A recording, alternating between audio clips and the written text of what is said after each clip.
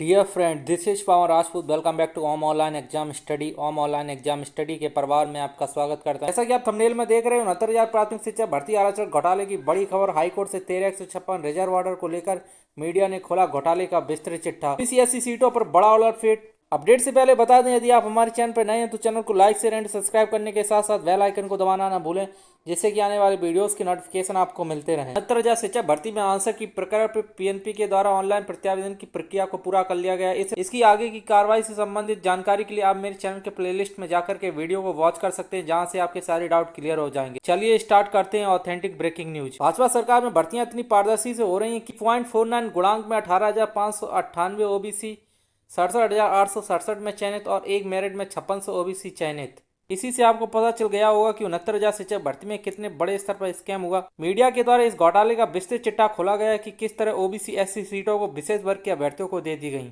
UP में बड़ा नौकरी घोटाला, सवर्णों को दे दी गई बहुजनों की 6,000 नौकरी। भारतीय जनता पार्टी के स्वर्णिम स्वामी के आरक्षण को लेकर दिए गए उस बयान को बार बार दोहराने और याद रखने की जरूरत है, जिन्होंने कहा था कि भाजपा सरकार आरक्षण को कानूनी तौर पर खत्म नहीं करेगी, बल्कि उसे ऐसी जगह लाकर छोड़ देगी कि आरक्षण देने का कोई मतलब नहीं रह जाएगा। आप केंद्र से लेकर भाजपा शासित तमाम राज्यों के आंकड़े उठाकर देख लीजिए, आरक्षित वर्ग को नौकरियों से मिलने वाले आरक्षण को लेकर तमाम अनियमितताएं देखने को मिल जाएंगी। केंद्र सरकार के द्वारा घोषित लेटरल एनर्जी का नतीजा सबके सामने है। नया घोटाला उत्तर प्रदेश में सबके सामने आया है, जिसमें बहुजन समाज के युवाओं की तकरीबन 6,000 नौकरियां साजिश के तहत सवर्ण समाज के युवाओं को दे दिया गया। उत्तर प्रदेश के राष्ट्रीय पिछड़ा वर्ग आयोग ने कहा कि परिषदीय प्राइमरी स्कूलों के लिए निकाली गई 69,000 सहायक अध्यापक भर्ती में रिजर्वेशन के नियमों का पालन ठीक तरीके से नहीं किया गया। रिक्रूटमेंट प्रोसेस में रिजर्वेशन को लेकर बड़े स्तर पर हुई गड़बड़ी को शिकायत राष्ट्रपति और राज्यपाल तक पहुंची।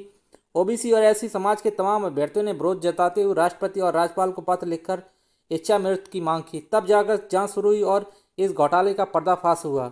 राष्ट्रीय पिछड़ा वर्ग आयोग के उपाध्यक्ष डॉक्टर लोकेश कुमार प्रजापति ने इस मामले में एक अंतिम रिपोर्ट दी। इस रिपोर्ट में यह सामने आया कि हर जिले की लिस्ट में भर्ती प्रक्रिया में गड़बड़ी हुई है और आरक्षित वर्ग के कैंडिडेट की जगह गैर आरक्षित वर्ग के अभ्यर्थियों की नियुक्ति हुई है, यानी बहुजनों की नियुक्ति सवर्णों को दे दी गई। इस घोटाले को लेकर हर ओर से सवाल उठ रहा है और योगी सरकार के पास कोई जवाब नहीं है।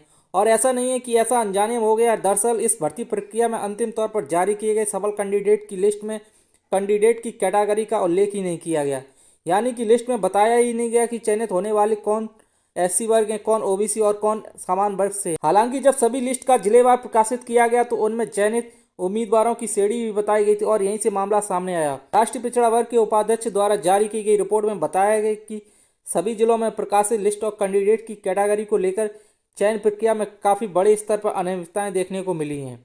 रिपोर्ट में पाया गया कि ओबीसी की 18,500 सीटें मिली थी, लेकिन उनके हिस्से की 5,800 सीटें गैर आरक्षित वर्ग को दे दी गई। शिक्षक भर्ती में 6,800 सीटों पर सरकार के द्वारा घोटाले को स्वीकार कर लेने के बाद भी अभी तक इन सीटों पर न्याय नहीं दिया गया और सरकार कोर्ट का हवाला देकर निकल जाती है। सरकार चाहे तो एक दिन में ही पूरी प्रक्रिया को खत्म कर दे, लेकिन अभी तक ऐसा नहीं किया गया है। और वहीं अभ्यर्थियों को कोर्ट से भी अभी तक निराशा ही आंत लगी है। शिक्षक अभ्यर्थी रिजर्व ऑर्डर का इंतजार पिछले 2.5 महीने से कर रहे हैं। आखिर कब इन शिक्षक अभ्यर्थियों को न्याय मिलेगा कोर्ट से?